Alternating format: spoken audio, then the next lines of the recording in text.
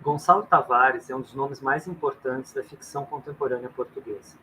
Nascido em Angola em 1970, voltou como retornado ainda criança para Portugal e foi criado na cidade de Aveiro. Em 2001, publicou sua primeira obra, O Livro da Dança, e desde então não parou mais, somando quase 50 publicações ao longo de 20 anos. Gonçalo Tavares recebeu o Prêmio Literário José Saramago em 2005. O romance Jerusalém foi incluído na edição europeia de 1001 livros para ler antes de morrer, um guia cronológico dos mais importantes romances de todos os tempos. O Homem Duplicado foi publicado por Saramago em 2002. Tertuliano Máximo Afonso, professor de História no ensino secundário, vive só e está entediado. Uma noite em casa, ao rever um filme na televisão, abre aspas, levantou-se da cadeira, ajoelhou-se diante do televisor, a cara tão perto da tela quanto lhe permitia a visão. Sou eu, disse, e outra vez sentiu que os pelos do seu corpo se eriçavam. Fecha aspas. A ideia-chave do livro é que o caos é um tipo de ordem por decifrar, disse José Saramago. Bom, então, para a gente conversar sobre isso, né, temos a Juliana e o Murilo, e eu peço que eles se apresentem. Quer começar, Juliana, por favor?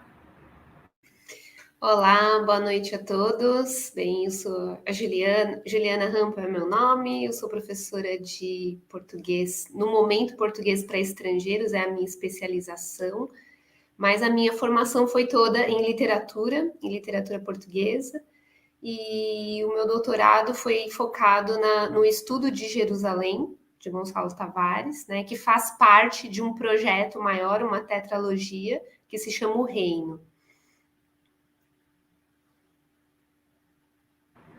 Ótimo, muito obrigado. Murilo, o Murilo já é habituê aqui, fez o maior sucesso, amado pelo público. Por favor, Murilo. Boa noite, Juliana. Boa noite, Afonso. É um prazer estar novamente no canal, falando sobre literatura.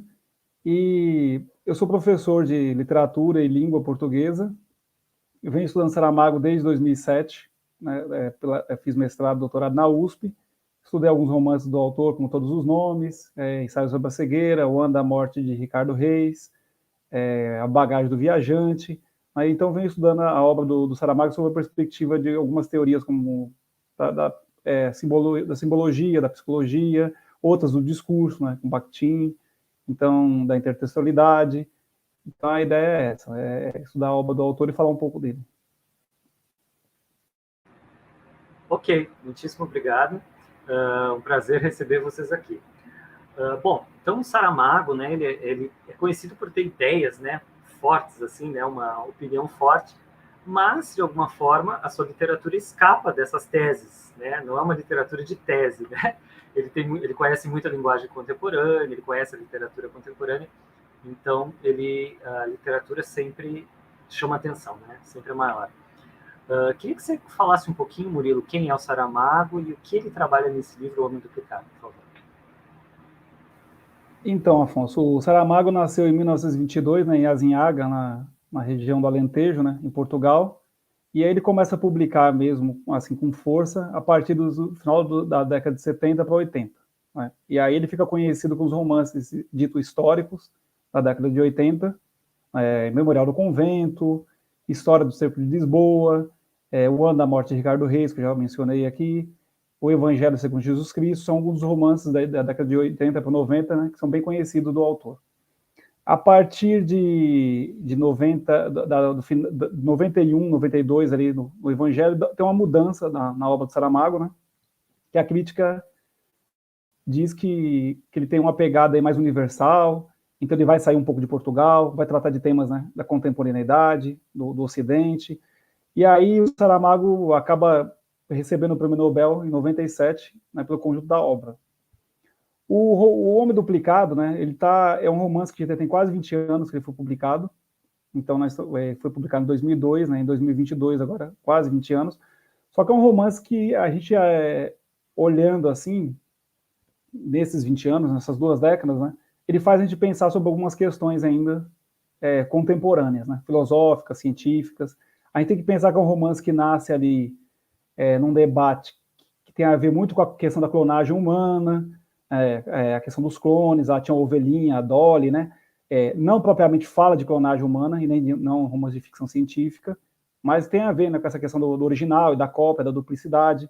A novela mesmo está passando agora na Globo novamente, né, que é o Clone lá, está mais ou menos nesse mesmo período ali, né, final da década de 90, começo do século XXI, né? Então ele vai abordar essas questões. E analisando assim, fazendo essa leitura, né, dessas 2 décadas que nós tivemos aí, dessa passagem, né, a gente pode perceber que essa questão do duplo ainda ela permeia, né, o debate na sociedade. Então a gente percebe aí o crescimento das redes sociais, os perfis verdadeiros e falsos, né, nas redes sociais, a questão das fake news, da propagação das fake news, aqui é uma questão contemporânea, que é aquela notícia, né, com aquela forma de originalidade, né, parece o original, mas é uma cópia mal feita, né?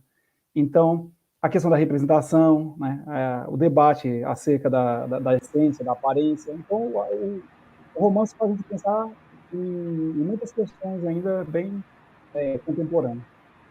Bem atuais, né? Muito obrigado. Vamos miuçando agora isso ao longo da live. Muito obrigado, viu? Juliana, por favor. Você, então, trabalha com Gonçalo Tavares, que é um autor não muito conhecido, vamos dizer assim, não sei. Não tanto quanto Saramago, pelo menos, né? Você podia comentar um pouquinho quem ele é, que obra ele tem? Sim, né? Não dá para comparar com o Saramago, que é o Nobel português, né, gente? Mas, e além disso, né, o Saramago já falou sobre a obra do Gonçalo, que o Gonçalo seria um grande escritor, né? Ele gostou muito das obras iniciais. O Gonçalo Tavares é um escritor que ele é preferencialmente conhecido pela academia, porque ele, como ele tem uma obra, eu diria, mais científica, né? Ele trata a literatura e aproxima muito a literatura da ciência. Então, o leitor mais desconhecido desse tipo de literatura, vamos dizer assim, talvez não se sinta muito atraído pela obra dele, né? Há outros escritores contemporâneos que são muito lidos, né, por brasileiros, como Walter Ugumãe, por exemplo, até o próprio Afonso Cruz, mas o Gonçalo, ele, vamos dizer assim, que ele tem uma aceitação maior entre os acadêmicos, porque é uma literatura realmente mais filosófica, né? Ele tem a parte da literatura dele que é a parte da enciclopédia, das investigações, que é a aforismo. Então, seriam mais pessoas que talvez já teriam um caminho de leitura para se interessarem pela literatura dele. Além disso, o Gonçalo, ele tem uma literatura com uma linguagem muito cortante, ele mesmo define isso, né? A linguagem para ele é lâmina, tudo é corte, é o corpo, os cortes no corpo, o corte na linguagem. Tem muita violência também, porque ele diz que o homem na cidade contemporânea não vive, ele sobrevive. Então, sobreviver é um ato que ele vem de uma experiência violenta na cidade, né? Ele mesmo relata coisas sobre a própria vida dele, nas quais ele diz que ele aprendeu muitas coisas por meio da violência, né? A violência o forçou a aprender algumas coisas. Ele não nasceu em Portugal, né? Isso é interessante. Sim, ele e outros escritores que nasceram no início dos anos 70, nasceram em Angola ou Moçambique, né? Porque as famílias portuguesas residiam lá nessas ex-colônias portuguesas. Então, assim, ele é considerado um dos retornados, né? Porque após o fim do imperialismo português, né? Eles tiveram que retornar a Portugal.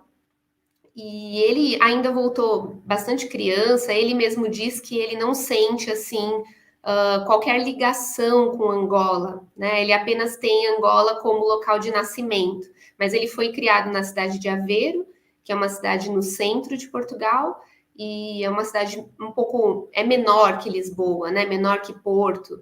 Então ele diz também que ele tem uma relação de muito carinho por essa cidade, apesar de hoje viver em Lisboa. E ele conta muito dessas experiências, né, que teve não se sente um retornado como outros autores, como a Isabela Figueiredo, outros autores que escrevem sobre essa literatura, né, de retornados, ele não se sente, ele diz que a literatura dele, inclusive, não faz uma referência direta geográfica a Portugal. Isso é verdade porque a maioria dos romances dele são situados em metrópoles, grandes metrópoles, e os mais recentes fazem quase referência direta a cidades do leste europeu, né? Porque ele trabalha muito com a questão do conflito, dos personagens em guerra, das pessoas em guerra umas contra as outras. Então ele vai buscar muito essas fontes nas guerras mais recentes que houveram no século XX, pós Segunda Guerra, como no livro Os Velhos Também Querem Viver, que ele retrata, por exemplo, e faz uma adaptação de uma tragédia grega para o contexto de Sarajevo. Então, essas... Muito obrigado. Sim, não, essa guerra que chocou realmente a Europa, né? Foi uma grande guerra em solo europeu. Né? Muito obrigado. Vamos passar aqui um videozinho dele falando um pouquinho para a gente ver, é da TV portuguesa. Acho que vocês estão vendo aí, né? Tá.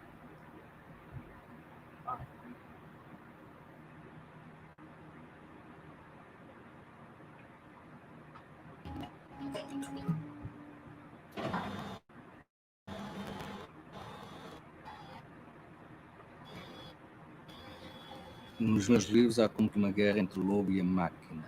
São dois mundos que me interessam muito, são mundos de fronteira com o mundo humano, o mundo animal e o mundo da máquina.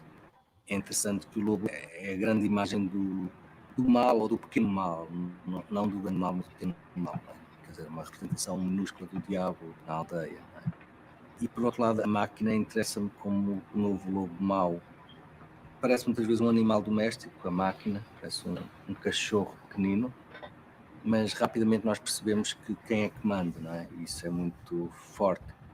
Esta relação entre o bicho e a máquina é extraordinária, porque o homem percebe a máquina, percebe o bicho, mas se tirarmos o homem do meio, de repente temos dois mundos que são totalmente incompatíveis. Aliás, se os humanos saíssem de cena e deixassem as máquinas e os bichos, ficava uma espécie de duas linguagens que não comunicam. Tenho uma imagem sempre recorrente, esta incompatibilidade da ligação entre o animal e a máquina. Se nós pusermos um lobo ao pé de uma fotocopiadora, o lobo vai ficar muito intrigado. Não fica tão intrigado quando pomos o lobo ao pé de uma galinha, ele aí percebe que é para comer. Isso seria uma coisa quase trágica se deixássemos apenas os animais e as máquinas, mas era uma boa distopia.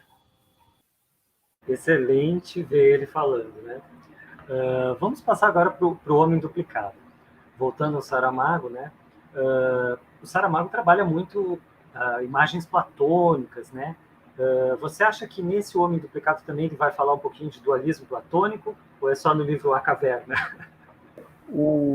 Esse dualismo platônico, né, o mito da caverna, aparece de maneira mais evidente, assim, mais direta, né, no romance A Caverna, de 2000, que é o romance que é publicado anteriormente ao Homem Duplicado. No mito, Platão diz o seguinte, né, os homens não teriam acesso à realidade. Né? Essa realidade estaria... os homens estariam presos dentro de uma caverna, acorrentados, né? E a realidade estaria do lado de fora. Eles só teriam acesso às sombras, que são representações, né, dessa realidade, dessa dada realidade aí. Então, para conhecer de fato algo, esses homens teriam que se libertar. O conhecimento, então, seria essa libertação em direção a esse mundo exterior, né, sair da caverna. Tá? Então, isso tem muito a ver com a condição das personagens do Saramago. Né? Não só com o Duplicado, mas com várias personagens de vários outros romances.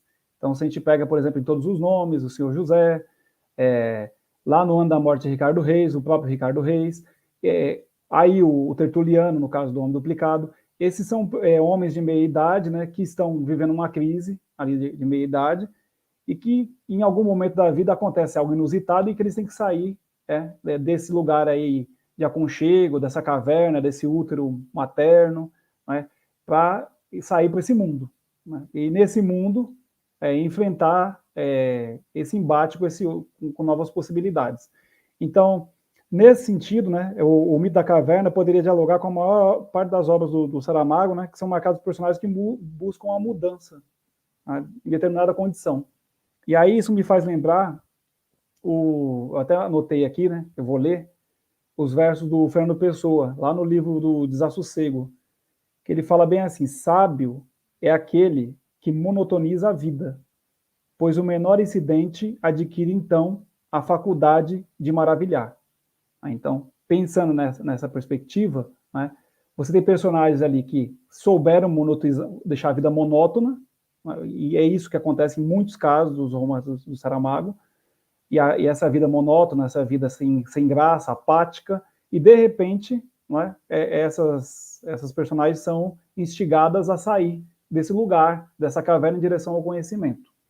Só que isso é um processo, né? Na constituição do percurso da personagem e pensando de maneira mais ampla do percurso do homem, né, ao longo do processo histórico, da humanidade, da escrita da história, do entendimento, né, do sujeito na contemporaneidade. Então, dá para pensar de maneira mais abrangente também que percurso que é esse, né? Que é em direção a essa luz do conhecimento, a razão que ele está propondo aí, tá? Bom, pessoal, eu vou mostrar aqui, então, um pedaço do trabalho, uma lâmina, né, com o Atlas do Tavares, e eu vou ler aqui um trechinho. Cidade, movimento e frases. Ação, pensamento e discurso, a partir de Arendt. Escreve Arendt: diferentes dos bens de consumo e dos objetos de uso, são os produtos da ação e do discurso. Por si mesmos, não são apenas destituídos de tangibilidade das outras coisas, mas ainda menos duráveis e mais fúteis que o que produzimos para consumo. A sua realidade depende inteiramente da pluralidade humana, da presença constante de outros que possam ver e ouvir. Assim, continua Arendt, a ação, o discurso e o pensamento têm muito mais em comum entre si que qualquer um deles tem com o trabalho ou o labor. Ação, discurso e pensamento em si não produzem nem geram coisa alguma. São tão fúteis como a própria vida. Para que se tornem coisas mundanas, isto é, feitos, fatos, eventos de organizações de pensamentos ou ideias, devem primeiro ser vistos, ouvidos e lembrados, e em seguida transformados, coisificados. É só para a gente ter um contato, né, com o trabalho de Tavares. Juliana, fala um pouquinho, então, esse Atlas tem a ver com uma espécie de mania de catalogar as coisas? Como que é isso dentro da obra dele, por favor? Exatamente. O Gonçalo, ele tem uma ânsia, né, quase uma obsessão pela catalogação da obra dele. Né? Alguns teóricos já disseram que é como se fosse uma espécie de organização da própria escrita, né? Então, ao escrever, ele já escreve dentro de uma seção, como se fosse numa biblioteca. Então, ele tem vários projetos, ele chama de projetos literários, né? E o Atlas do Corpo e da Imaginação é um deles, né? Ele tá na própria seção Atlas, então aqui ele faz uma junção dos principais temas, né? Que são o corpo, a cidade e a linguagem. Né? Então, o Atlas é a ideia do geográfico, né? Mas é o Atlas do corpo. Todos os temas estão relacionados ao corpo. E, ao mesmo tempo, é o Atlas da imaginação, porque aí entra o papel da ficção, o papel que ele diz que a criação e a imaginação têm na obra dele o papel fundamental, né? Segundo Gonçalo, para entender o real, nós precisamos primeiro imaginar. Então, o trajeto seria ficcional real e não real ficcional. Né? O Atlas do Corpo da Imaginação é como se fosse mais ou menos uma espécie de enciclopédia na qual ele traz muitos autores da filosofia, principalmente, sociólogos também, um pouco de literatura, e ele faz como se fossem fragmentos, uma coisa um pouco aforística.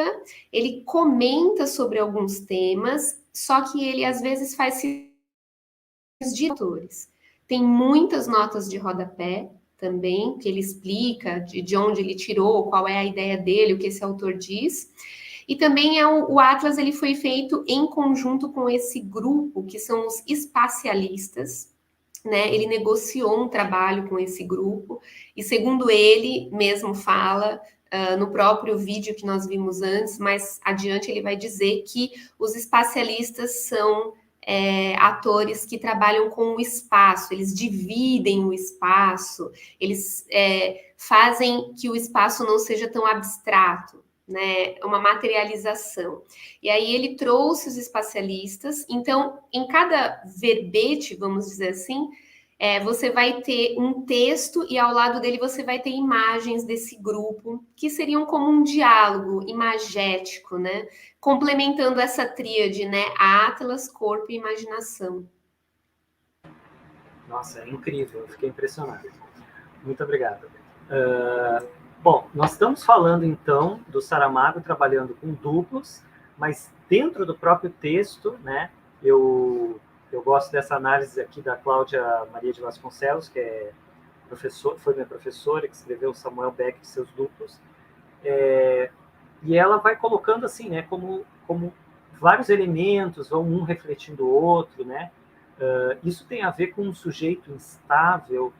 Como que você analisa esse sujeito presente no duplo, na obra O Homem Duplicado? Então, Afonso, pegando uma esteira, né, do que a Juliana falou em relação à imagem, né, e aí aproveitando, né, o ensejo, e naquilo que você resumiu do romance, né, que se trata de um professor de história, né, de escola secundária, aí ele está conversando com um colega na sala dos professores, o colega acha que ele está meio deprimido e tal, e indica para ele um filme, que é o filme Quem Porfia Mata a Caça. Aí ele vai assistir esse filme, e lá pelas tantas ele acha alguém lá, uma personagem do filme, uma personagem secundária, que é um recepcionista de hotel, tem a aparência igual a dele. A partir daí, então, esse algo inusitado acontece, né? Então, só um pouquinho, Murilo. Esse Porfia Mata a Caça, dá para traduzir para o português? Porque eu fui até procurar isso aí quando eu li o livro. É mais ou menos que seria assim, quem procura acha, né? Eu pensei mais ou menos nisso, né? Ele procura, uma hora ele acha, né? Quem procura a caça, uma hora vai achar a caça, né? Então, e ele está numa busca, numa procura. E aí, pensando nessa questão da imagem que a Juliana falou, né, a gente pode refletir sobre a questão do poder da imagem, da sedução da imagem, né, na contemporaneidade, né, nas redes sociais, no Instagram, aí, no Facebook, né, as pessoas sempre estão... tem um certo glamour da imagem, né, da autoimagem, e ele se encanta por essa imagem, né, como se fosse uma espécie de narciso ali, ele contempla essa imagem. E o fato dele ter contato com essa imagem por um meio de televisão, né, à distância, e por um mecanismo de vídeo, né, de reprodução, que faz com que ele volte essas imagens, ele rebobina a fita, né, isso tem a ver com essa constituição que ele vai fazendo a princípio no imaginário, né, de quem é esse outro. Então, essa busca, primeiro, parte desse imaginário e se constitui a partir de uma imagem, que é uma imagem televisiva. E aí, pensando, né, nessa questão da identidade que você me colocou, né, da constituição do sujeito, né, essa constituição seria sempre provisória, né, nunca definitiva, tá? E sempre instável, porque nós estamos nessa sociedade, né, performática, imagética, né, com esse boom das redes. Eu acho que essa questão tem tudo a ver com o romance Saramago, que faz a gente pensar nisso, né? E essa relação dele é sempre conflituosa, né? Mas ela primeiro nasce dessa questão, que é uma questão que se dá à distância, que se dá mediada, vamos dizer assim, né? Então, ele não vê alguém na rua que é parecido, que é igual. Então, isso é muito importante dizer, né? Existe uma mediação aí, uma mediação. Ele vê essa imagem primeiro, no vídeo, né? E aí, a partir disso, ele passa a criar várias possibilidades, né? Então, esse outro aí vai se configurando no romance, né? E aí, diante daquilo que eu falei anteriormente do Platão, da divisão, da cisão do sujeito, né? Do corpo, alma, aquela ideia do Platão, que sempre tem essas dicotomias, né, do pensamento, né? Corpo, alma, alto, baixo, essa ideia da razão e da emoção, essas divisões todas, espírito e carne, né? A gente vai pensando num lugar aí que é um lugar de constituição do entre, não é? Que não é nem esse lugar totalmente racional, e também não é o lugar da caverna, da ignorância, né? Seria um lugar mediado, vamos dizer assim. Então, o fato dele... De certa forma, eles são meio diferentes, né? Um é ator, né? Isso. Sei lá, estaria mais ligado ao fora, ao exterior, e o outro é professor, ou estaria ligado ao passado, alguma coisa assim, né? Então, essa questão das profissões, né, e da diferença das profissões, eu acho que tem tudo a ver com com a ideia da constituição desse sujeito, né? Eu até coloquei no meu artigo aqui, né? Aí eu gostaria de ler esse trecho, que eu acho que tem tudo a ver com a sua pergunta, né? O fato, né, no sentido do Daniel, aí o ator se chama Daniel Santa Clara, né? Que o nome dele é um pseudônimo, na verdade, o nome original dele é Antônio Claro. Então, eu coloquei assim, né? Nesse sentido, o ator, ao representar papéis diversos, encena para Tertuliano as múltiplas possibilidades que sua vida poderia tomar, uma vez que esse espectador vislumbra a si mesmo, ainda que como imagem em cena. Não é? Então, ele passa a enxergar as múltiplas possibilidades. E aí tem o narrador mais à frente fala bem assim: Tertuliano repara no que tens andado a perder não sendo ator, não é?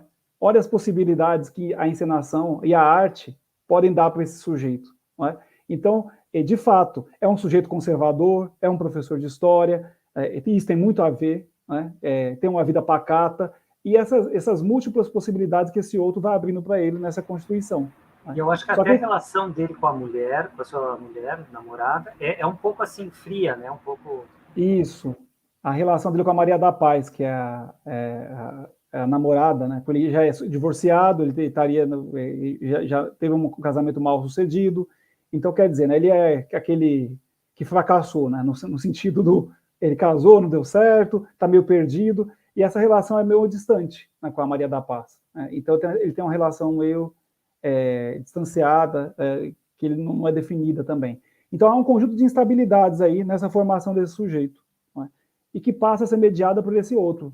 Então, esse sujeito só é capaz de se constituir e constituir a sua identidade, né, a partir dessa mediação. A princípio que se dá por uma imagem, por um vídeo. Aí depois que passa a ganhar corpo de fato, aí entrar na ideia da realidade. Então, aí o duplo do real e do fictício, que foi o que a Juliana falou, né, que está lá no Gonçalo, né, o que é ficção, o que é realidade, faz a gente pensar, né? A realidade, o real. A gente pode pensar no primeiro duplicado aí, que seria o seguinte, né? Um personagem de romance que está vendo um filme, cujo ator, que tá ali encenando um papel. Então, quer dizer, são várias relações duplicadas. É uma caixa dentro de outra caixa. O que é real aí? Não é? Então, a gente fica pensando, né, e quão absurdo é a realidade e a ficção, né? Então, esses limites entre ficção e realidade que são embaralhados, né? Entre o sujeito e o outro. Então, e depois, mais à frente, nós vamos falar disso, né? Dessas questões, dessa troca aí de um lugar, de um sujeito pelo outro. Um enigma, né? Um enigma bom aí. Obrigado, Murilo. Voltando então ao Tavares, a gente... Bom, ele tem essa coisa com a linguagem, né? Eu vou ler aqui um trechinho dessa obra do Sr. Brecht. Desempregado com filhos. Disseram-lhe que só oferecemos emprego se te cortarmos a mão. Disseram-lhe, só te oferecemos emprego se te cortarmos a mão. Ele estava desempregado há muito tempo, tinha filhos, aceitou. Mais tarde foi despedido e de novo procurou emprego. Disseram-lhe, só te oferecemos emprego se te cortarmos a mão que te resta. Ele estava desempregado há muito tempo, tinha filhos, aceitou. Mais tarde foi despedido e de novo procurou emprego. Disseram-lhe, só te oferecemos emprego se te cortarmos a cabeça. Ele estava desempregado há muito tempo, tinha filhos, aceitou. Sr. Brecht. Bom, vamos falar um pouquinho dessa relação, né, entre corpo e linguagem, porque por um lado parece que ele enfatiza bastante o corpo, que talvez seja uma luta contra a ultra-abstração europeia, né? E de outro lado ele enfatiza muito a importância da linguagem poética e tal, e da arte com poesia. Vamos falar um pouquinho dessa relação, por favor, Juliana.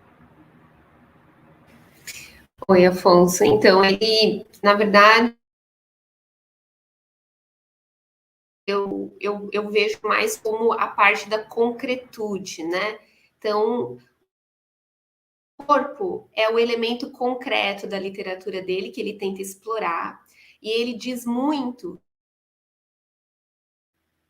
A dor é algo que o homem não consegue superar. Então, por exemplo, ele diz que no momento que um homem está imaginando alguma coisa, né, ou está vivendo fora do momento presente, se ele sentir dor, ficar na imaginação, porque a dor supera qualquer coisa. Então, o corpo é um elemento muito forte de concretude para a literatura dele. Esse diálogo que ele faz, né, no projeto, esse projeto que você acabou de ler, o Sr. Brecht, faz parte do projeto Bairro, né, que ele criou um bairro fictício para eleger autores que são do gosto dele, que ele admira, autores preferencialmente de literatura, e ele faz um diálogo entre a obra do autor e esse personagem que ele cria, chamado, no caso, o Sr. Brecht, né? Então, por exemplo, para quem conhece a literatura do Brecht, sabe bastante que tem a ver com corte, né? Que também tem essa coisa da denúncia social. E esse também é outro tema dele, né? A questão do homem que tenta sobreviver na contemporaneidade sem emprego. Né? O que o contemporâneo nos trouxe, né? O que talvez o sistema capitalista nos trouxe a precariedade do trabalho, o desemprego, né? De algumas áreas. Então, o que esse homem faz para se manter vivo, para sustentar sua família? Ele primeiro corta uma mão, depois corta outra mão. Quer dizer, o que sobra desse corpo? O que sobra desse humano? E aí a gente chega num dos pontos centrais.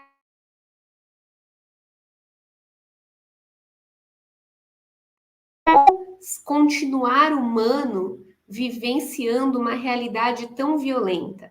E uma realidade tão violenta que ela parece ficcional. E aí que, né, como o Murilo comentou sobre esse embaçamento das fronteiras entre ficção e realidade, né, o que nós estamos presenciando é essa dificuldade de distinguir o real do ficcional. Porque o real é tão absurdo, né? O real em guerra dos romances, né? Todas as obras em prosa do Gonçalo, o homem está em guerra com os outros, às vezes com ele mesmo, mas principalmente devido às circunstâncias econômicas, né? E a suposta linguagem que poderia traduzir esse mundo, né? O Gonçalo diz que é uma linguagem cortante, né? No primeiro livro da coleção Reino, que se chama Um Homem, Klaus Klamp, que é até uma pequena ironia, né? Porque como ser homem no momento da guerra? No momento que você sobrevive, que você precisa pensar apenas em si mesmo, né? Porque você não consegue pensar no outro.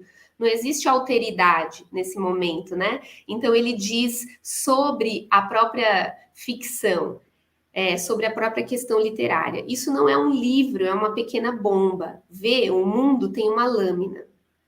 Ele começa o livro com essa citação, quer dizer, é um corte entre o homem e o outro homem, entre ser humano e não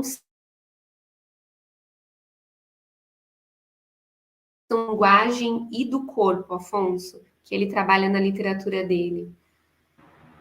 Que legal, muito obrigado, viu? Bom, voltando ao Saramago, então, o Saramago tem essa questão da intertextualidade, né? A Cláudia, nesse livro, Samuel Beckett e seus duplos, vai falar disso, vai lembrar que o duplo já apareceu em Poe, em Dostoiévski. Fala um pouquinho, então, como que você vê essa questão, a relação que ele faz com outros autores? Por favor, Miguel. Eu vejo assim, Afonso, a intertextualidade já é essa predisposição do Saramago para a abertura, né? A abertura do discurso desse outro, dessa alteridade que está aí. Então, quando ele se dispõe a dialogar com a tradição ou com outros autores, né? Ele está colocando um posicionamento, né, dessa abertura, tá? Em relação a esse outro. Se a gente pensar no romance do Homem Duplicado, a gente vai perceber o seguinte: há um movimento intertextual constante, né?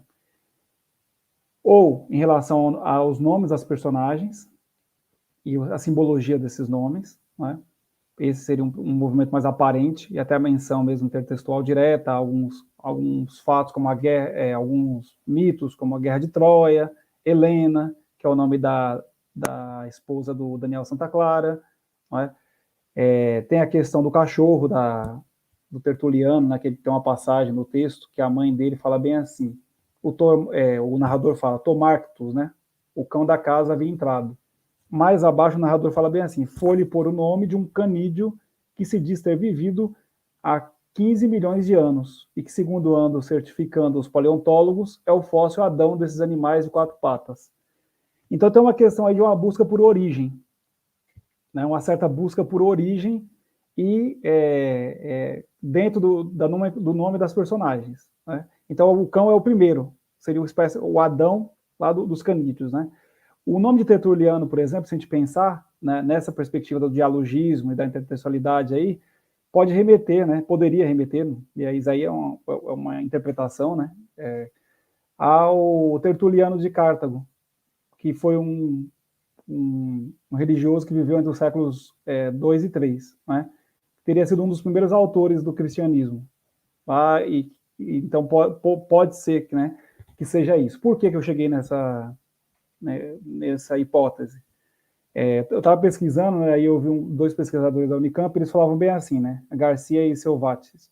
Ela fala bem assim, a despeito da grande influência de Tertuliano, é o Tertuliano mesmo, tá? Não o Tertuliano do romance. Tertuliano é a figura histórica aí, esse cristão. Para o desenvolvimento do cristianismo latino no Ocidente, do Império Romano, poucas referências a ele sobreviveram ao tempo e chegaram até nós.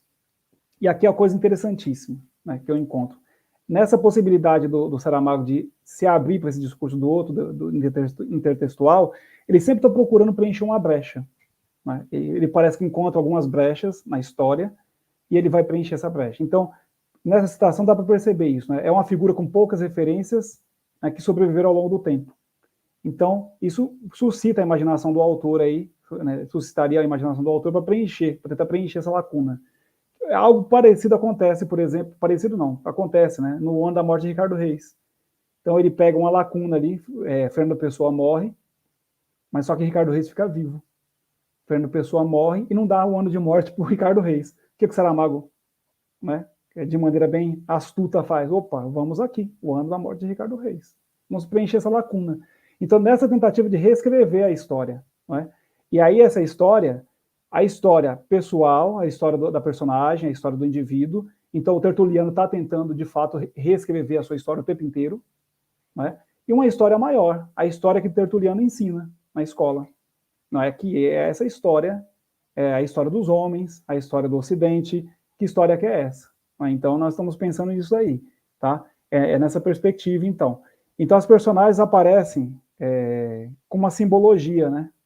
Dos nomes associadas aí a essa questão histórica com H maiúsculo, né? Que são personagens históricas, de fato, mas que estão dentro dessa perspectiva de reconstrução e reconstituição desse sujeito. Então, a partir dessa reescrita da sua história pessoal, né? Da sua história enquanto Clara, indivíduo. por exemplo, poderia ter a ver, é claro o nome dele, alguma coisa assim, né? Isso. Aí vamos pensar, por exemplo, seguindo aí do nome do Tertuliano, o Máximo, né? Cheguei à conclusão aí que poderia ser o Máximo Confessor, que viveu de 580 a 662 depois de Cristo. Ele viveu em Cartago. Aí tem uma fala do Bento XVI que diz bem assim, lá no site do Vaticano. Aí eu tive que ir direto lá, não tinha como buscar mais texto científico, né? Eu já fui na fonte. Ele fala assim, no Máximo Confessor. Veja, né? Máximo não aceitava qualquer diminuição da humanidade de Cristo. E São Máximo demonstra que o homem encontra a sua unidade, a integração de si próprio, a sua totalidade não em si mesmo, mas superando-se a si próprio, saindo de si mesmo. Olha como isso tem a ver com... Isso foi feito pelo Bento XVI em... esse texto, né, foi uma audiência geral do Papa em 2008. Só que o percurso de Máximo tem muito a ver, do confessor, né, esse Máximo também que era um cristão, que escreveu lá a biografia da Virgem Maria e tal, tem muito a ver com o percurso da personagem, né? Ele sai de si mesmo. Assim vê-se que o homem completo não é aquele que se fecha em si mesmo. Isso é o Papa falando, tá? Mas o homem que se abre, que sai de si próprio, que se torna completo e se encontra a si mesmo e a sua verdadeira humanidade presentemente no Filho de Deus. Aí, no caso, aqui é questão religiosa, mas aí o Filho de Deus poderia ser substituído pelo outro, né? Então, esse homem que sai em direção ao outro, que sai, aí é o máximo. A Clara, por exemplo, a ideia do nome de Clara, se a gente pensar na simbologia, né, do romance, tem o Daniel Santa Clara e o Antônio Claro, que são a mesma pessoa. Na verdade, o Antônio Claro é a pessoa física e o Daniel Santa Clara é o ator que tem um pseudônimo, assim, né, um nome falso ali. Se a gente pensar nesses nomes, né, o Daniel Santa Clara, aí, o nome artístico do Antônio Claro, o nome artístico, né, remeteria aí a 2 pontos. O primeiro, a Santa Clara, ou o primeiro Daniel, o Daniel do Antigo Testamento. Não é? E aí Daniel tinha um poder de visão. Isso é muito interessante.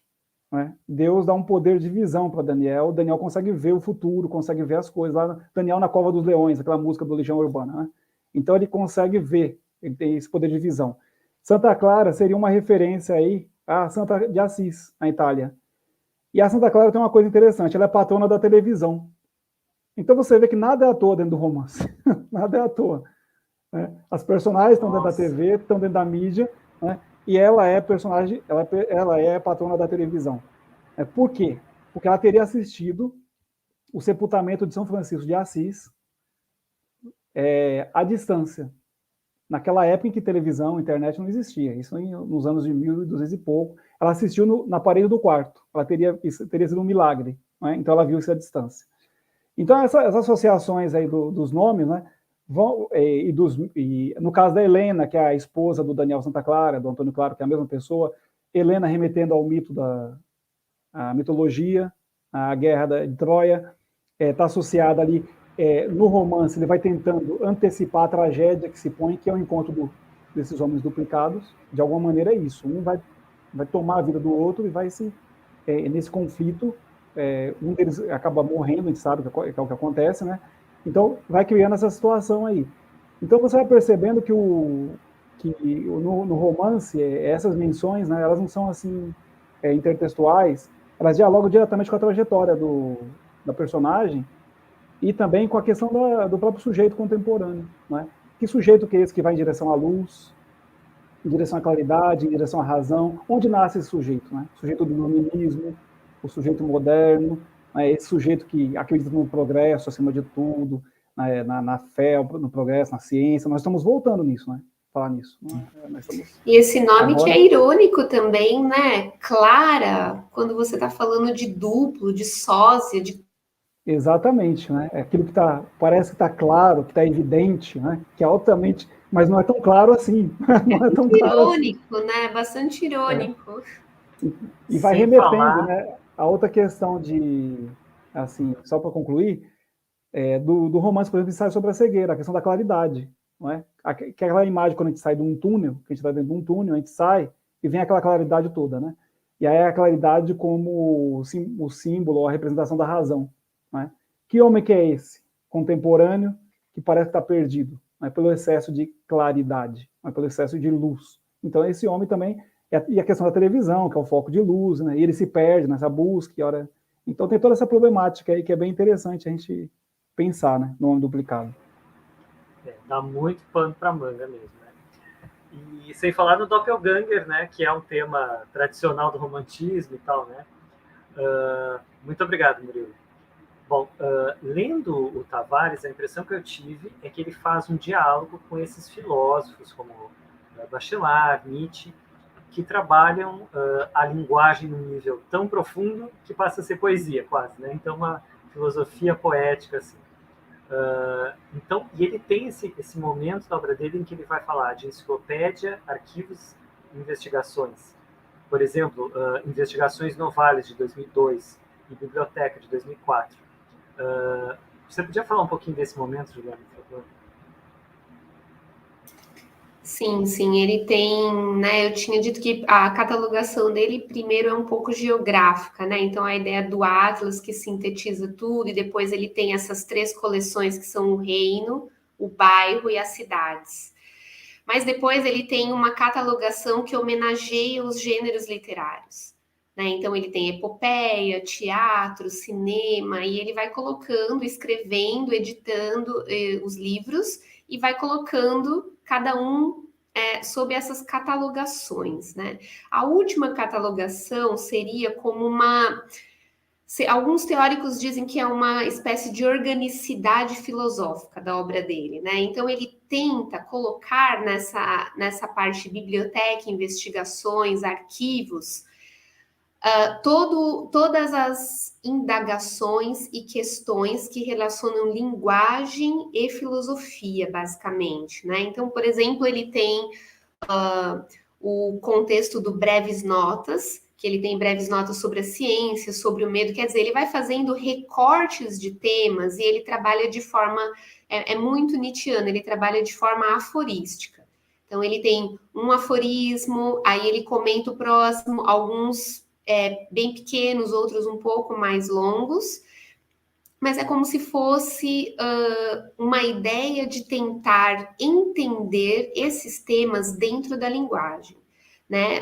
Muitos autores também, muitos teóricos aproximam ele das ideias do Wittgenstein, porque dizem que, na verdade, ele quer criar uma máquina de pensar a linguagem, né? Ele diz muito isso, a escrita para ele é ação, ele fala é fazer, né? A escrita é movimento. Né?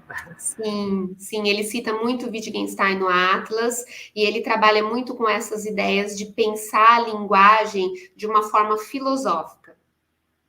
Então, essas coleções, elas têm mais esse estilo que parece um pouco mais filosófico. Então, a princípio, né, por exemplo, se um autor começar a ler o Gonçalo pelas breves notas sobre o medo, não sei, ficou atraído pela literatura dele e vai fazer... Talvez ele fique assim, espantado, e vai se perguntar, mas isso é literatura ou é filosofia? Ou é ciência? Ou é matemática, né? Porque o Gonçalo também tem uma formação em matemática, ele mesmo diz, eu sou muito atraído pela abstração da álgebra, e ele traz muito esses temas para a escrita dele também.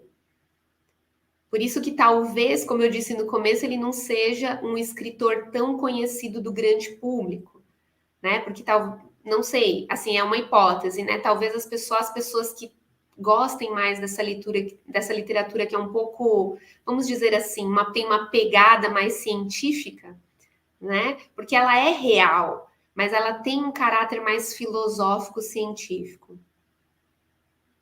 O que você está dizendo é que ele subverte os gêneros, de certa forma. Sim, ele subverte totalmente. Ele sempre diz, é a ordem dentro da desordem. Então, um exemplo, por exemplo, é o livro Mateu Perdeu o Emprego, que eu acabei de falar sobre esse livro. É um livro que me intriga muito, porque ele fez esse livro... são pequenos contos, 25 narrativas com o nome de cada personagem, e no final ele tem um pós-fácil de caráter filosófico, em que ele comenta alguns temas que perpassam, né, na parte ficcional do livro. E aí ele diz assim, você pode começar o livro por qualquer um dos personagens, mas para salvaguardar a ordem, nós decidimos pela ordem alfabética. Então, cada personagem entra por ordem alfabética. Ele também ele subverte os gêneros no sentido que você não consegue definir que tipo de obra é essa. São contos? É filosófico? É teatral? Porque é o nome da personagem e aí a descrição do que essa personagem está fazendo e especialmente do que essa personagem está pensando. Dentro disso tem toda uma taxonomia dessa personagem. Então, a personagem, por exemplo, e aí é super irônico, porque ele traz o professor de português, por exemplo, que tem tiques nervosos, né? Um professor que tem a copropaxia, e ele começa a explicar o que é isso, esse tique nervoso desse professor que está dando uma conferência, e de repente ele tem um ataque e começa a falar palavras obscenas. Em qualquer lugar, numa conferência, no meio da rua. Então, as pessoas não entendem como um professor de português que dá aula na universidade pode ter uma doença dessa. As pessoas acham que ele vamos dizer assim, que ele está mentindo, que ele está fingindo, né? Então, é um pouco isso, essa ficção que invade o real e você não consegue distinguir o que é um, o que é outro. Né? Depois ele tem Viagem à Índia, por exemplo, que ele relata muitas vezes que escreveu Viagem à Índia, uma epopeia, porém ele escreveu uma epopeia sobre um homem na cidade, não é sobre o povo, né? Não é sobre um coletivo, uma epopeia individual. Então ele diz assim, olha, isso é um novo jeito de escrever a epopeia. Sendo que nós estamos no país do Camões, né? Exato, né? É uma leitura direta do Camões, porém o personagem se chama Bloom, então ele também tem uma leitura com o Joyce, né? Com essa ideia do homem comum que está transitando, que está flanando pela cidade. É esse homem que está flanando pela cidade e nós, leitores, que estamos flanando no pensamento desse homem. Porque o que nós estamos seguindo? Não é ele, não estamos vendo a verdade, nós estamos vendo o que ele está pensando. Sim, então é uma pegada bem modernista, né? Sim. E ao mesmo tempo...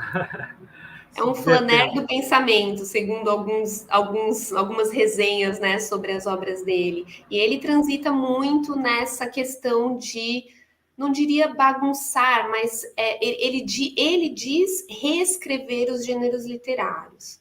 Né? Isso é uma coisa bastante comum na literatura contemporânea, né? Essa ideia de que a literatura não pode ficar restrita a um formato, né? Que ela pode conter uma prosa poética, ela pode conter poesia e ao mesmo tempo prosa, ela não precisa ser num formato específico, né? A gente fala de hibridismo de gênero, né? Ele tem muito isso, é muito forte na literatura dele e é um questionamento, porque é um questionamento da ordem, Afonso. Ele quer questionar essa ordem, que ela tem que existir, mas qual ordem precisa existir, né? Como o Murilo falou, é o questionamento do homem racional. Nós precisamos do racionalismo, mas qual racionalismo na era da técnica, na era da guerra, na era da imagem, em que nós não temos certeza, porque as imagens são símiles, né? Elas são fakes, elas são cópias mal feitas, como bem citou o Murilo, né? Fica bem claro que a Europa está bastante cansada, né, da sua racionalidade, da sua normopatia, como o pessoal fala, né? Muito obrigado. Murilo, aí esse professor vai sair em busca desse duplo.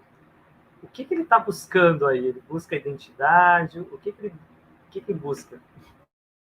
Eu acho que a busca, né, para fazer um gancho com o que a Juliana falou, né, com esse professor de português aí, ela falou do lado do Gonçalo, né, esse professor que fala coisas fora do lugar, fora do contexto, é engraçado isso, né, porque de fato, né, há coisas que fogem da lógica, né, e que esses fenômenos que fogem dessa lógica e dessa razão, eles precisam ser incorporados, né. De alguma maneira, eu acho que a ironia dos autores, os dois autores, reside nesse fato, né. O Tertuliano ele precisa sair do mundo da imagem, do mundo do visível, do mundo da aparência, né, do mundo das sombras. Ele está encerrado na caverna, ele precisa sair. Ele precisa ir para o mundo real, né, encontrar as pessoas. Só que é engraçado, porque esse mundo real também tem horas no romance, né, que ele parece não ser tão real assim. Né? Ele também, o narrador, muitas vezes fala que esse mundo pode ser uma encenação, né, que a sogra, a mãe está encenando, não sei quem está encenando. Então você fica, é um jogo, né? Até que ponto, onde começa a ficção e onde, né, e termina a ficção e começa a realidade, né? E que medida nós estamos vivendo num tempo em que parece que a vida se ficcionalizou, não é? É bem por aí mesmo, né? E pensando nisso, né, eu acho que pensando no que a Juliana disse aí do percurso e tal, tem uma citação do Romance Saramago que é assim, ó, bem pequenininha. A história que Tertuliano Máximo Afonso ensina, ele mesmo reconhece e não se importará de confessar, se lhe perguntarem. Tem uma enorme quantidade de rabos de fora, alguns ainda remexendo, outros já reduzidos a uma pele encarquilhada com uma carreirinha de vértebras soltas dentro. Né? Então, a história que nos contam, essa história, né, quer seja essa história coletiva, né, essa história da humanidade, né, essa história do progresso, essa história da fé na razão de maneira desmedida, né? Até que ponto ela é uma história de fato coerente, não é? E aí eu acho que tem a ver com essa questão dessa busca dessa alteridade, que é essa pergunta que você fez aí, Afonso, não é? É só o outro, é só essa mediação que pode nos dar algumas respostas, não é? É só essa mediação. É essa mediação nesse outro, nessa busca, não é? Nessa saída desse indivíduo que também não é nada certo, não é nada certo, é um percurso, é um caminho, e que não tem respostas definitivas e nada disso definitivo, né? Então, eu acho que pensando no que a Juliana disse, o Maffesoli ali tem uma citação dele que eu coloquei no artigo, que é a seguinte, ó: o mito fundador do burguesismo é o bem da razão, com todas as suas consequências. É fé no progresso, tensão frente ao futuro, exacerbação da ciência, mas cada um desses elementos é, por um lado, da ordem da projeção, e, por outro, baseia-se no corte entre um antes imperfeito, quer dizer, chegou a ciência, chegou a razão, você tem toda a perfeição possível e a resolução de todos os problemas. Não é bem assim. O professor de português está aí para dizer, ó, o que a Juliana falou, né? Algumas coisas escapam à lógica, né? A trajetória do Tertuliano mostra isso, né? Que algumas coisas, de fato, não são totalmente controláveis. E ainda não é verdadeiramente acabado, e um depois suposto ser a consumação, a perfeição realizada. Então, né, essa busca lá do iluminismo, desse sujeito, da razão, da fé, da crença na ciência, não trouxe as respostas, todas as respostas, né, para a humanidade. Então, e é incapaz de trazer. Eu acho que a trajetória do Tertuliano, de alguma maneira, lá no Homem Duplicado, mostra isso. O que traz algumas respostas, né, e são respostas provisórias, é essa interação com esse outro. Essas respostas vêm a partir dessa mediação. E elas não são nunca definitivas, né? Então, a gente pensando nisso, o eu só existe em relação ao outro, nessa relação, né? nessa troca. Aí, a vida do Tertuliano só faz sentido nisso. Eu diria assim, né? Aí, quando você me perguntou da intertextualidade, ficou faltando falar um pouquinho dos amorreus, que ele faz uma citação lá dos amorreus, que eram povos que viviam na região da Mesopotâmia. O Tertuliano leu um livro ao longo do romance, que é um livro sobre as civilizações da Mesopotâmia.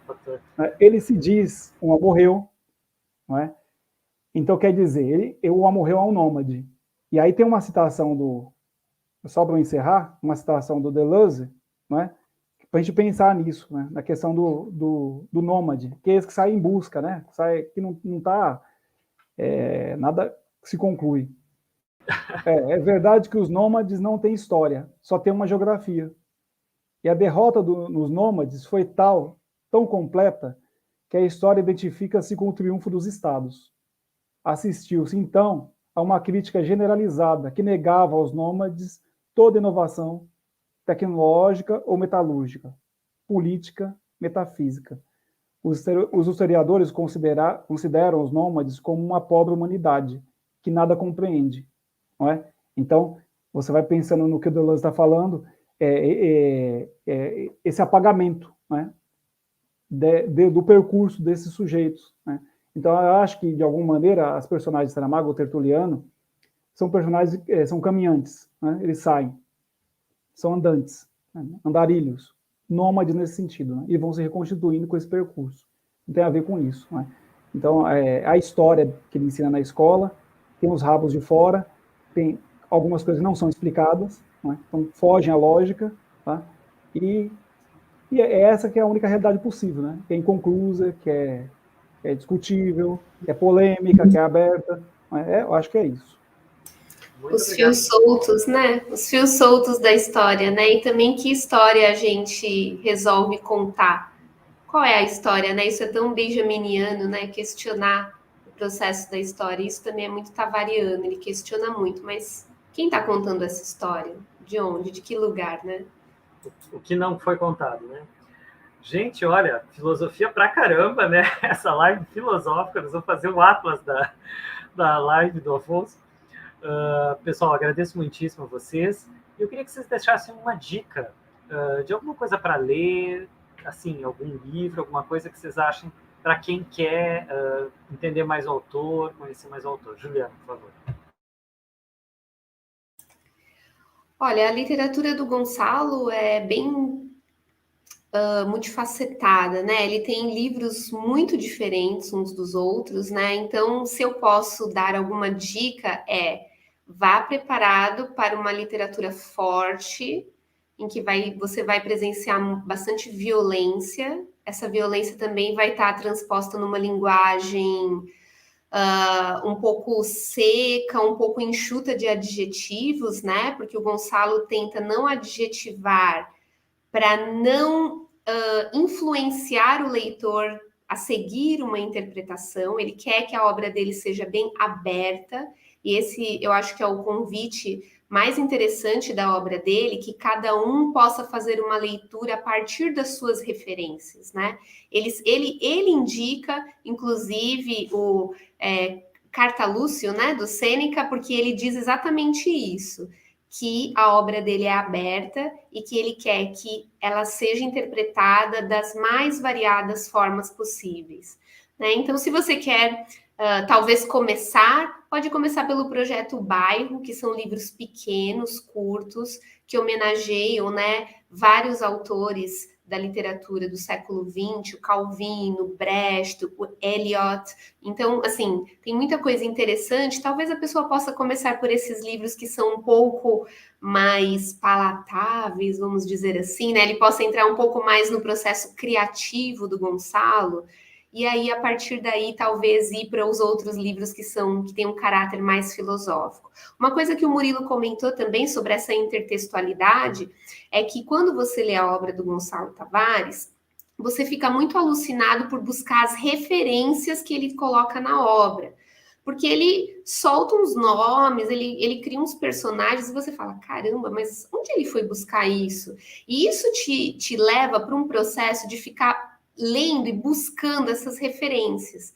Então, eu diria que, nesse sentido, é uma obra muito rica, porque ela vai te levar para muitos outros lugares. Então, eu acho que é um autor que vale bastante a pena esse enfrentamento. Muita gente reclama de ter um choque com a literatura dele, mas ele fala, gente, não há nada que mobilize mais o homem que o espanto. O espanto faz a gente parar, respirar e refletir e sair do nosso automatismo, né? Sair da nossa monotonia, como também o Murilo disse sobre os personagens do Saramago e sobre o Homem Duplicado. As personagens do Gonçalo fazem a gente sair do nosso automatismo da grande cidade, do dia a dia, da nossa rotina mais exaustiva. Vale a pena. Perfeito. Com certeza, vamos em busca aí. Obrigado, Juliana. Murilo, por favor.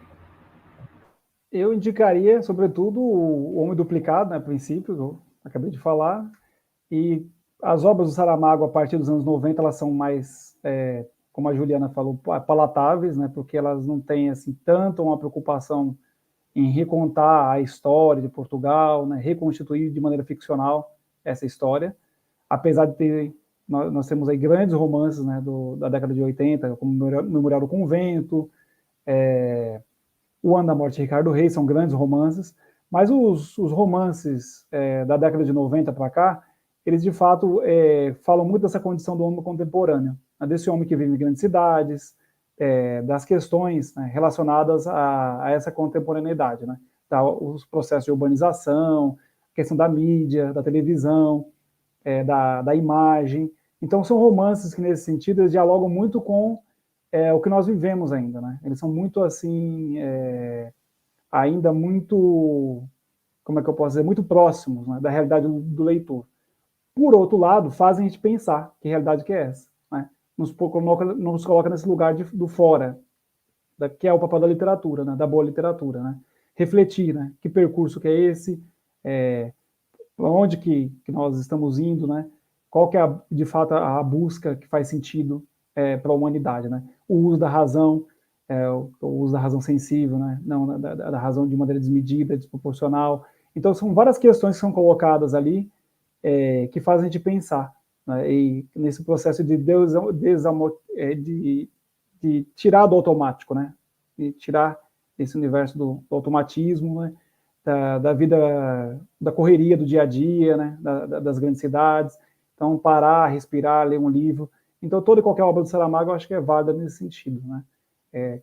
Traz essa reflexão. tá? Acerca do contemporâneo. Legal, e fica a mensagem dele, né, que a realidade tem para ser decifrada, né, ela é muito mais complexa do que a gente pode imaginar, e os livros também estão sempre em aberto, né, para múltiplas interpretações. Pessoal, foi fantástico, eu lembro para as pessoas darem uma olhada, aí nós temos hoje 242 vídeos, deem uma olhada nas playlists, por favor, façam seus comentários, suas perguntas aqui embaixo do vídeo. Tenho certeza que a Juliana e o Murilo vão responder, né, comentar, porque esse programa está sendo gravado, claro, então, né, as perguntas, por favor, deixem aí. Pessoal, foi ótimo, viu? Muito obrigado, Juliana. Muito obrigado, Murilo. Muito obrigada, Afonso, pela oportunidade, pelo convite. Murilo também, muito obrigada pelo convite. É sempre um prazer, né, poder bater um papo sobre literatura. Nesses tempos que a gente está vivendo tão difíceis, né, acaba sendo aqueles momentos, assim, é um oásis no deserto, né, que a gente pode discutir e pensar como existem tantos... Opa, parou um pouquinho. Obrigado, Juliana, obrigado. Murilo, por favor. Obrigado, Afonso, por mais uma oportunidade de falar, né, sobre o Saramago, sobre literatura. A Juliana pela participação, por dividir aqui comigo essa fala, e né, a gente fazer esse momento agradável, gostoso, de fato, para apresentar essas outras possibilidades, né, da realidade, né, da realidade possível, diante de um mundo cada vez mais caótico aí, que tem que ser decifrado de fato. Então, acho que é isso. Um abraço para vocês e para o público, e tudo de bom. Muito obrigado, foi muito interessante. Agradeço a todo mundo que vai assistir daqui a pouquinho, né? E um grande abraço a todos. Boa noite. Obrigado. Boa noite. Que horas são aí em Berlim, Juliana? Nossa, aqui já são 10h40 da noite. Da noite. Muito obrigado, viu? Um abraço a todos. Obrigada, gente. Boa noite. Obrigado, Tchau, boa tchau. noite. Tchau, tchau. Tchau, obrigado.